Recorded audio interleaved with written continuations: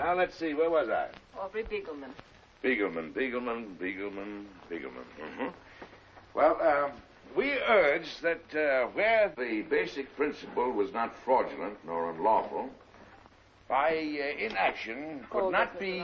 Yes. Hold still. What is this? Hold What's still and going breathe on? deep. What are you doing here? Breathe deep. Well, get this thing off of me. What is this anyway? If you'd leave it alone, Mr. Lyons, the fumes will clear your head. But I don't want my head cleared.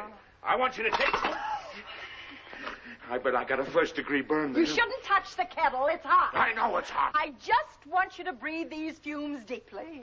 It'll cure your cold in no time. I don't want my cold cured. I want you to pick up your junk, get out of here so I can finish my brief.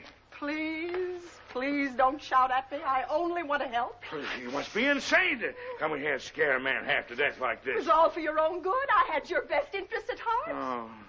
But all I get is abuse. Oh, there we go. And to hear the servants. Well, what's going on here? Hi, General. Come on in. Feather, what's happened? What's the matter? Nothing. He can't break my spirit. I won't let him. Bert, darling, I know you're feeling rotten, but why did you have to pick on poor Feather? Me? Pick on her? Look at this mess here. And look at that finger, will you? Oh. Lillybud, bring me some butter, will you, for this blister? Oh, I'll get it, Mr. Lyons. Hello, How Mrs. are Lyons. you, dear? Oh, poor darling. I see it all now. Poor Feather. She tries so hard to be useful. That's just the way she made croup tents for Joan and for Junior, too. Yes, but there are ways of doing things. I declare, I swear that she annoys me on purpose. But, darling, she's only trying to be helpful. You should make allowances. Allowances? I shouldn't have to make allowances when I'm working. Here's the I butter, never... Mrs. Oh, Lyons. thank you. Here, Thank right, you, you see where it's dear. burnt there, where the red Yes. part is there? I never saw anything. Now, look out. Greetings, parents. Hiya, Junior. Did you have a good day at school? Come on, Phantom Claw. Junior, you know that I'm working in here. Why don't you use the radio in your own room? Well, Feather can hear it. Well... Feather said you gave her a sick headache, and I should listen to the Phantom in here. I am the Phantom. I am evil, yet I am power. Junior, shut that thing off. Go right back to your own room and turn on that cackler as loud as you want. Bert, go use the radio in the car, dear. Okay. Gee, thanks, Mom. The nerve of that old horror. Oh, please, Bert, don't get mad at her. She's too old to change. That's just the point. She's too old to be a governess, and Junior's too old to have a governess. And when it comes to housekeeping, I bet she pays 3 cents for a 2-cent stamp. Now, look, Edith. Wouldn't it be possible to put her out in the pasture, in the country with that niece of hers? Oh, it would break our heart if I let her go after all these years. I just couldn't. And after all, she did save Junior's life. You remember the time... Let me swallow the fishbone. Yes. All she did was tap him on the back. Anybody could do that. We found her! Oh, Mops, I'm on my way to the most vitally important rendezvous of my life. Maman, je vous adore. Hey, Papa, je vous adore aussi. For me, too. Je vous adore. Joan! Now, where can she be going that's so important? I don't know. I just hope she's not getting married. Oh.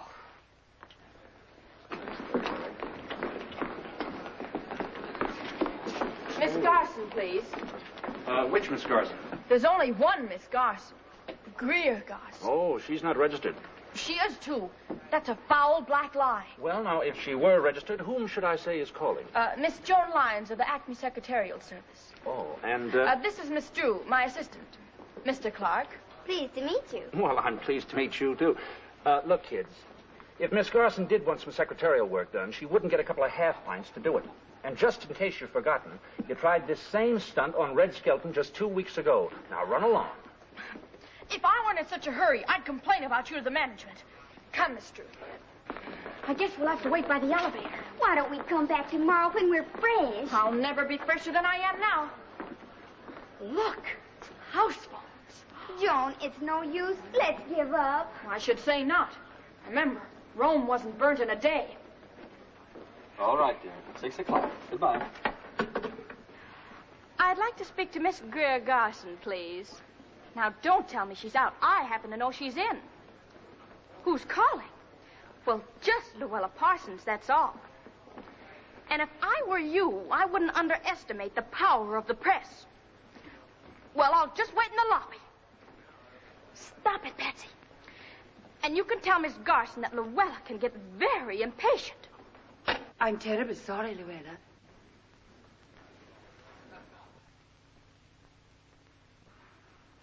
Holy cow! You are looking well, Miss Parsons. Of course, you have grown a little smaller. I'm really not Luella Parsons. Well, don't look so scared. I won't bite. We were just so anxious to see you in person. Well, we're practically your slaves. You're not angry, are you? Oh, on the contrary, I'm flattered. We bought these specially for you. Oh, they're lovely. I'll wear them tonight. You will? Gosh. I don't suppose you'd had time to come up for a cup of tea? Tea? And cake. Cake? Miss Garson, this is the most significant moment of my life so far. Oh, well, come on.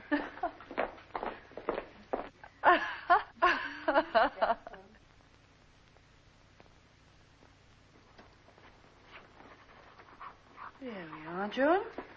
Oh, thank you. Our club, Guiding Stars Limited, believes we owe the stars a duty to keep them informed of the way their public feels, and vice versa. Do you mind if I ask you a personal question? No, not at all. Do you know Conrad Veidt? Slightly. Is he really such a beast as he was in A Woman's Face? Oh, I doubt it.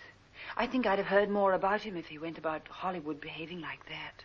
Somehow I sensed he was a gentleman, to his fingertips. We wrote MGM to let him get the girl in his next picture. Patsy, that's the last one. That's all right, Patsy. Go ahead. I just can't resist it. Patsy diets, but dieting makes her hungry, so she just has to eat. Miss Garson. Oh, Therese, thanks. Well, girls, Miss Garson, do you mind if I ask you just one more question? No, I'd love it. Which do you prefer, the rugged outdoor man or the intellectual indoor man? Well, I certainly wouldn't like them indoors all the time. But on the other hand, I don't think I'd like them outdoors all the time either. It wouldn't be practical. I guess I like a mixture. Me too. Then you'd like Skylar. Patsy, really? Who's Skylar? Oh, that's her BF. BF? Boyfriend. Oh, that's not so. Our friendship is purely platonic. Why, you said last Wednesday he was your purple passion. That was just a manner of speaking. Anyway, he isn't your type, Miss Garson, honestly. Of course, I have no objection to your meeting him. Why should I? But really, I know you well enough by now to know you wouldn't like him at all. How old is Skylar? 12. 16. That is, it's hard to tell exactly.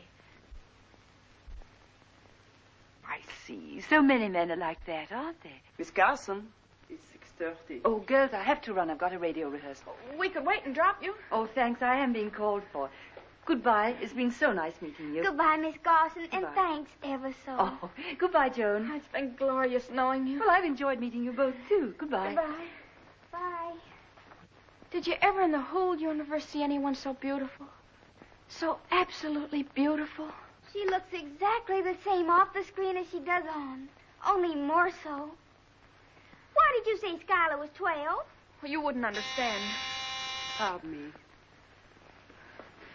I guess I shouldn't have lied to her, though. She's so real and natural. Good evening, Mr. Pigeon. Good evening, Therese. Miss Garson ready? She'll be ready in a few minutes, sir. I will tell Miss Garson that you're here. Thank you. Look, Water Pigeon. Oh, I think I'm going to faint.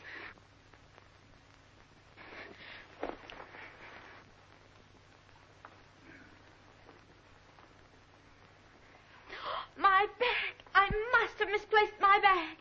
And it has every cent I have in the world in it. Why, I just saw it in your...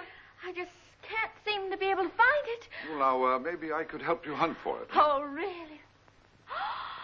Why, you're Walter Pigeon, aren't you? Uh-huh. Well, what a coincidence. Yes, I guess probably it is. I'm Miss Lyons. And I'm Miss Drew, my favorite girlfriend. I mean, her favorite girlfriend. We're both very intimate. Well, I'm delighted to meet both of you. Are you in New York for a projected stay, Mr. Pigeon? Unfortunately, no. Tell me, Mr. Pigeon.